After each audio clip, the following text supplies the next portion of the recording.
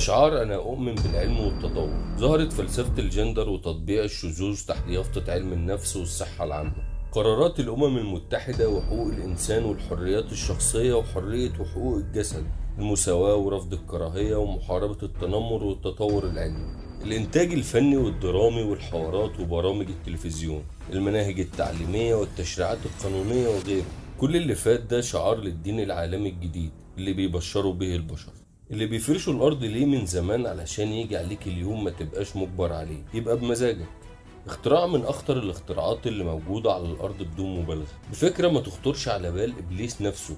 خرجت للعالم فلسفة الهوية الجندرية، فلسفة إن الإنسان هو اللي يحدد نوعه وميوله الجنسية. يعني أنت ذكر أو أنثى دي حاجة ترجع لك، ملهاش علاقة أنت مخلوق إيه، دي حرية شخصية. توصيات تربوية تعليمية بإن محدش يتعامل مع أي طفل حسب جنسه، وممنوع يكون في فصل بين الجنسين في التعبيرات والمعاملة، حتى كمان في أسماء الإشارة اللي بتفرق بين الولد والبنت. بدل ما يقولوا هو وهي وليها وليه، تبقى هما وليهم. وده علشان الأطفال لما يكبروا يقدروا يحددوا نوعهم بنفسهم وما يكونوش مجبرين عليه. علشان كده في خانة الجنس في أي ورق أو إثباتات اتغيرت للنوع، خانة الزوج أو الزوجة اتغيرت للشريك. من أساليب شياطين الإنس والجن هي الأفكار والفلسفة، بيبرروا بيها جرائمهم بالأسلوب المنطقي العلمي والفكر، أو زي ما بيسموه علم النفس. النهاردة هتكلم عن مجتمع الميم أو المثليين. أهلا بيكم في كهف.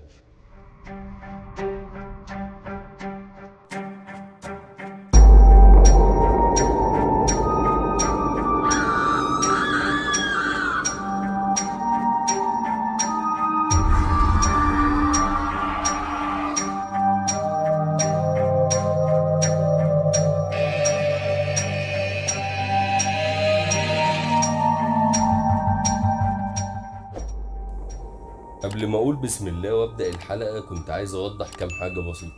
اول ما جات لي فكره القناه وبدات اشتغل عليها، اخدت عهد على نفسي ان ما اغيرش في مبادئي ولا اخلاقي. مش همشي ورا الترند واشوف اللي بيجيب مشاهدات اكتر واعمله لو كان يخالف تربيتي. بس بصراحه كده في اكتر من موضوع استفزني وقررت اني لازم اتكلم عليهم، منهم موضوع حلقه النهارده، بالذات بعد لما لقيت الموضوع وصل للاطفال وان بقى في خطر كبير عليهم. بس في الغالب الفيديو ده هيتمسح من على اليوتيوب على طول لانه مش هيعجبه. نقول بسم الله ونبدأ الحلقة. 2050. Ja kyllä mä niinku on sitä mieltä, että ihan oikeasti maassa maan tavalla, että mä en kerta kaikkiaan voi sietää sitä, että tullaan Suomeen ja lähdetään siitä, että meidän pitää sopeutua. Kysyn nyt tässä ennen... Mä en kerta kaikkiaan voi sietää sitä, että tullaan Suomeen ja lähdetään siitä, että meidän pitää sopeutua. Kysyn nyt tässä ennen... المثلية الجنسية أو الشذوذ الجنسي معناه إن الشخص شاذ عن الطريق الصحيح في العلاقة الجنسية اللي المفروض إنها تكون بين واحد وواحدة، وبقت علاقة جنسية بين اتنين رجالة أو اتنين ستات. الشذوذ الجنسي أول مرة ظهر كان في قوم لوط، القصة المشهورة اللي معظمنا يعرفها. علشان كده بقى بيتقال على اللي بيعمل كده اللواط. ده بالنسبة للشذوذ الجنسي بين الرجالة. الشذوذ الجنسي فضل محرم وجريمة كبيرة لسنين كتير، بس في عصرنا ده الموضوع اتغير والشواذ بقى ليهم أماكن يتجمعوا فيها. في معظم دول العالم الشذوذ ما بقاش جريمة يعاقب عليها القانون، بالعكس دول بقى ليهم قوة سياسية ومكانة اجتماعية ومنظمات معترف بيها ومعونات. بالتدريج الموضوع اتطور لحد لما وصل ان في دول سمحت بجواز الشواذ، وصلوا لمناصب كبيرة في الحكومات. اخر حاجة وصلت لينا وكانت صدمة بالنسبة لي شخصيا انهم سمحوا بشكل قانوني بان الشواذ جنسيا يتبنوا اطفال، وطبيعي ان الطفل اللي هيتبنوه هيطلع تفكيره شاذ زيهم وتوسع الدايرة اكتر واكتر. طب هو الشذوذ الجنسي بسبب الجينات مثلا، ولا هو مرض، ولا المجتمع هو اللي خلق الاشخاص الشاذين دول؟ طب هم مجبرين مثلا على انهم يكونوا كده، ولا دي حاجة بمزاجهم؟ اسئلة كتير بتدور في دماغنا، في اللي هنلاقي له اجابة وفي اللي صعب نعرف اجابته. المهم بالنسبة لنا اننا نعرف الناس دي بتلعب على ايه وعايزة توصل لايه بالظبط، علشان نقدر نحمي نفسنا ونحمي اطفالنا منه. الفترة اللي فاتت ظهر للعالم بشكل كبير إرهاب فكري في أوروبا وأمريكا ضد الرياضيين والإعلاميين والممثلين المسلمين. أي حد بينتقد أو بيعارض الشذوذ الجنسي، أي حد يقول عليه مرض أو سلوك شاذ، بيعتبروه مخالف للقانون والمبادئ حرية الرأي اللي بيؤمن بيها الغرب. السؤال المهم هنا بقى، هو مين اللي بينتهك حقوق الإنسان في الغرب؟ مين اللي بيستغل المنافسات الرياضية والمناسبات الفنية والإعلامية علشان العالم يتطبع مع الشذوذ الجنسي؟ مين اللي بيضغط بشكل كبير علشان يفرض الشذوذ الجنسي على التلفزيون وبيدعمهم بشكل كبير علشان يبقوا جزء عادي من حياتنا؟ بيفرضوا على الناس ويجبروهم انهم يحترموا الشواذ، بيعملوا لهم نوادي وجمعيات وكل وسائل الراحة. في قوة مش طبيعية واقفة ورا الناس دي بتدعمهم ضد أي حاجة، لدرجة إن منظمة الصحة العالمية كانت بتعتبر المثلية الجنسية مرض ولازم علاجه. وفجأة الكلام ده اتغير وبقى شيء طبيعي، وإنهم ملهمش ذنب في اختيارهم لجنسهم. نفوذهم وصل لدرجة إنهم بقوا أصحاب قرارات في البرلمانات ومراكز القضاء. الموضوع ما بقاش بس حرية جنسية للناس، لا ده بقى كمان إعلان للشذوذ والمثلية بين الرجالة والستات، وبقوا بينشروه بين الأطفال في الأفلام والأغاني والمسلسلات. ده غير الشركات الكبيرة وقنوات الأطفال المشهورة اللي بتحط الشعار بتاعهم في كل مكان. سنة 1997 بدأت منصة نتفليكس بخدمة عرض الأفلام على اسطوانات DVD، والانطلاقة التانية كانت في سنة 2007 لما بدأوا بخدمة الأفلام على الإنترنت. انتشرت وكبرت ووصلت وبدأت تحقق أرباح كبيرة. في سنة 2013 دخلت نتفليكس في مرحلة إنتاج المسلسلات، وكان أول مسلسل من إنتاجهم اسمه بيت من ورق، ودي كانت أول خطوة للمثلية الجنسية على نتفليكس. في 2016 بقت بتغطي أكتر من 100 دولة. موقع ديجيتال سباي قال إن نتفليكس عندهم دعم مالي كفاية تقدر تنتج بيه قصص المثلية الجنسية من غير ما تخاف من أي مقاطعة أو خسائر. في سنة 2015 أعلنت أمريكا قرار السماح بجواز المثليين، وأوباما ساعتها كان مبسوط وطلع قال إن الحب انتصر أخيرا. البيت الأبيض بألوان قوس قزح رمز المثلية، وعبارات الحب انتصر اليوم. هكذا استقبل أغلب الساسة في الولايات المتحدة الأمريكية قرار المحكمة العليا بتشريع الزواج للمثليين في جميع ولايات البلاد.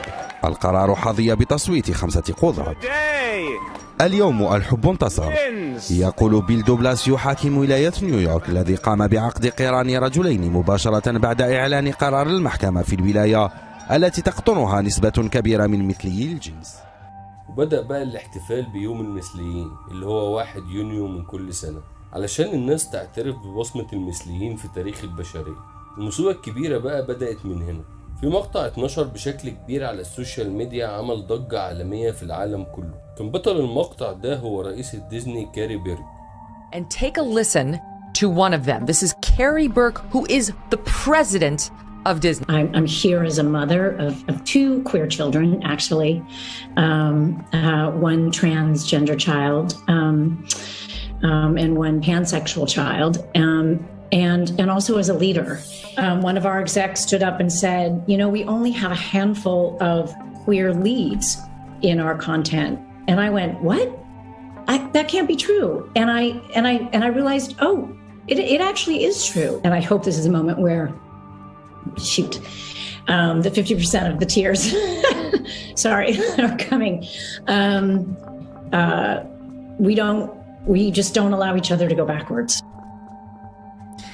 Yeah, so Disney and she have apparently made clear that they are going to be putting as many, you know, the acronym they use now is so long, LGBTQIA, Two-Spirit, goes on and on and on, all these folks, in as many Disney movies as possible. That they want these characters to become ubiquitous in the Disney movies. زي ما انت شفت كده، كاري في بداية كلامها قالت انها ام لطفلين مثليين، وكانت فخورة بده جدا. قالت كمان انه في افلامهم عدد بسيط جدا من الابطال المثليين، ودي كانت صدمة بالنسبة لها وده خلاها تدمع. وصرحت بشكل رسمي ان شركة ديزني من دلوقتي هتخلي 50% من الابطال الرئيسيين للرسوم المتحركة بتاعتهم مثليين. انت متخيل الافلام اللي الاطفال بيحبوها وبيتفرجوا عليها مرة واثنين وعشرة ابطالها هيبقوا شواذ؟ الفيديو ده كان صدمة مش لينا احنا بس، لا وللدول الغربية كمان. بعد الفيديو ده بأيام قليلة نزل إعلان عن فيلم جديد لديزني وهو باز لايتير، أو باز يطير زي ما احنا بنقول عليه. كلنا عارفين باز وشوفنا أفلامه من أول ما بدأت سنة 1994. كان فيلم بريء زي أي فيلم كرتون، بس الجزء الجديد اللي نازل ده هيكون من أسوأ الأفلام اللي الأطفال هيشوفوها في حياتهم. بعد الإعلان عن ميعاد عرض الفيلم وقبل كام ساعة من نزوله رسمي، 14 دولة قررت منع عرض الفيلم في بلادهم منهم مصر والسعودية. عارف إيه السبب اللي خلى الدول دي تمنع عرض الفيلم؟ لأن هيئة الرقابة في الدول دي طلبت من شركة ديزني تحذف مشهد فيه بوسة بين 2 ستات مثليين متجوزين في الفيلم، وقالوا إن المشهد ده يعتبر إعلان رسمي للمثلية الجنسية اللي مش مسموح بيها في بلادنا. ديزني رفضت بشكل مباشر انها تحذف المشهد ده، علشان كده الدول دي منعت عرض الفيلم كله في بلادها. بس على عكس ده، في دول عربية تانية ما منعتش عرض الفيلم، ودي كانت حاجة غريبة وتقلق. ازاي بلد عربية تقاليدها وعاداتها ودينها بيحرم الشذوذ الجنسي توافق على عرض حاجة زي كده؟ المشكلة مش في السينما، انت ممكن ما تدخلش وتريح عقلك وتمنع اولادك يشوفوا الكلام ده. الكارثة الكبيرة ان في نفس الوقت اللي منعت الدول دي في عرض الفيلم، شركة ديزني عملت حركة خبيثة جدا. في مسرح اوبرا دبي اعلنوا عن برنامج على الاجهزة الذكية اسمه ديزني بلس، اللي بيقولوا عليه بشكل رسمي هيكون هو المنصة الرئيسية لنشر افكار المثلية الجنسية بين الناس، بالاخص في الدول اللي منعت عرض فيلم باز يطير. المرعب هنا واللي يخليك تفكر كويس ان ديزني قالت ان الاشتراكات بالاخص في الدول اللي منعت عرض الفيلم هيكون اقل من باقي دول العالم. العرض بتاع البرنامج اتعمل بعد الفيديو اللي نزل لرئيسة ديزني كاري بيري، اللي قالت فيه ان ديزني هتضاعف عدد الابطال المثليين في افلامها. يعني المحتوى الشاذ هيكون موجود في كل مكان هيشوفه كل اطفالنا بكل سهولة. المدير التنفيذي لشركة ديزني في الشرق الاوسط اسمه تميم فارس، قدم عرض على المسرح مدته 45 دقيقة، كان بيتكلم فيه عن البرنامج بتاع ديزني بلس. بس الغريب هنا ان في اي عرض بيخرج منه برنامج بيبقى فيه مجال للاسئلة من اللي موجودين في الحفلة، بس في العرض ده ما حصلش كده، بالعكس كانوا بيتهربوا من الاسئلة وحجتهم ان ده العرض مميزات البرنامج بس. طبعا هم كانوا متأكدين من نوع الاسئلة اللي كانت هتتسأل. لو البي بي سي بعدها نزلت فيديو كان بيقدمه مذيع سوري اسمه احمد فخور، كانوا كاتبين في عنوان الفيديو كده: بسبب قبلة دول عربية تمنع فيلم لايتير. بسبب قبلة يعني ايه؟ هو انتوا بتتكلموا على مشهد عادي واتعمل عليه ضجة كبيرة على الفاضي؟ مش مشهد يعني بيدعم الشذوذ الجنسي والافكار اللي هتدمر اجيال بالكامل؟ المهم شركة ديزني ما عجبهاش الهجوم اللي حصل عليه، تواصلت مع عدد من المواقع العربية علشان تمسح الاخبار والتقارير اللي بتهاجمهم او بتنتقدهم بسبب منصتها ديزني بلس اللي بتدعم المثلية الجنسية. الناس اللي صدعونا بكلامهم عن حرية التعبير والرأي هم اللي رفضوا انهم يحذفوا الرسوم المسيئة لسيدنا محمد صلى الله عليه وسلم بحجة حرية التعبير. بس كل حاجة بتتغير طبعا لما يبقى فيها حاجة ضد مصلحتهم ومخططاتهم. في ناس بتقول ان منع الافلام اللي فيها مشاهد للمثليين مش هيعمل حاجة للشركات دي، وفي ناس عايزانا نستسلم ونسيبهم يعملوا اللي هم عايزينه، لانهم في الاخر هيعملوا اللي هم عايزينه ومحدش هيقدر يقف قصادهم، لانهم كده كده بيفرضوا علينا افكارهم غصب عننا بكل الطرق. بس كل الكلام ده غلط، لان بعد لما طلبت الدول اللي اتكلمنا عليها من ديزني انها تحذف مشهد من الفيلم وديزني رفضت، الفيلم فشل في شباك التذاكر وفي كل مواقع التقييم. وده زعل كريس ايفنز قوي، اللي المفروض ان الاداء الصوتي بتاع باز هو اللي بيعمله. I mean, I think throughout history you can see every time there's been social advancement as we wake up. I mean, the American story, the human story is one of constant social awakening and growth, and that's what makes us good. And you know, when that happens, there's always going to be people who are afraid and unaware and trying to hold on to what was before. But those people die off like dinosaurs. And so, you know, I think the goal is to pay them no mind, march forward and embrace the growth that makes us human. هو شايف ان احنا عايشين في العصر الحجري واننا جهلة وهننقرض زي الديناصورات علشان مش موافقين على اللي بيعرضوه لاطفالنا. انت عارف كلام كريس ايفنز ده فكرني بكلام مين؟ انجلينا جولي لما الفيلم بتاعها فشل، طلعت اعترضت ان فيلم ايترنالز اتمنع من شوية دول علشان في 2 مثليين بيتجوزوا. قالت انها حزينة على هؤلاء احنا يعني، وانها فخورة بمارفل علشان رفضت تحذف المشاهد، وقالت انها مش فاهمة ازاي احنا في العصر ده ولسه في ناس مش شايفين الجمال اللي في العلاقة والحب ده، قصدها على الشواذ يعني. هي دي بقى حرية التعبير والرأي اللي بيدافعوا عنها كل يوم، مش كده؟ على فكرة انا عايز اقول لكم على حاجة مهمة قوي. موضوع المثليين في الافلام بتاعت الاطفال ده بقاله فترة كبيرة جدا، بس ما كانش بشكل علني. ده في حتى قنوات بتعرض افلام فيها مشاهد شواذ ومحدش بياخد باله منها، بس الموضوع ما كانش بالبجاحة دي ولا بالطريقة دي قبل كده، علشان كده ناس كتير بدأت تاخد بالها منه. تعال بقى ندخل على المرحلة التانية. شركة سوني عملت قسم جديد على البلاي ستيشن ستور مخصوص لألعاب المثليين بس، وتعتبر الألعاب دي مخفضة بشكل كبير عن الألعاب العادية.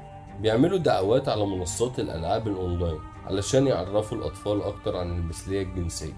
قبل ما أختم الحلقة عايزك تتفرج على الفيديو ده علشان تفهم أنا عايز أقول لك إيه.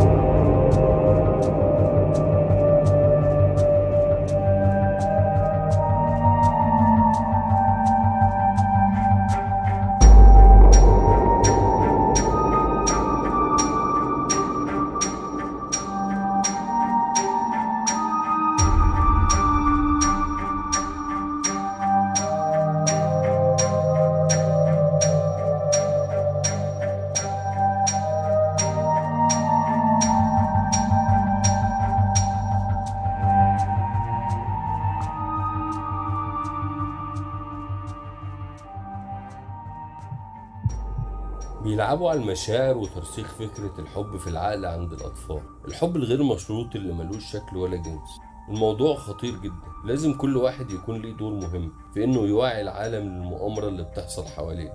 عايزين يغسلوا دماغنا ودماغ أطفالنا، كل واحد فينا ليه دور لازم يقوم بيه علشان يمنع الأفكار الخبيثة دي تدخل مجتمعنا.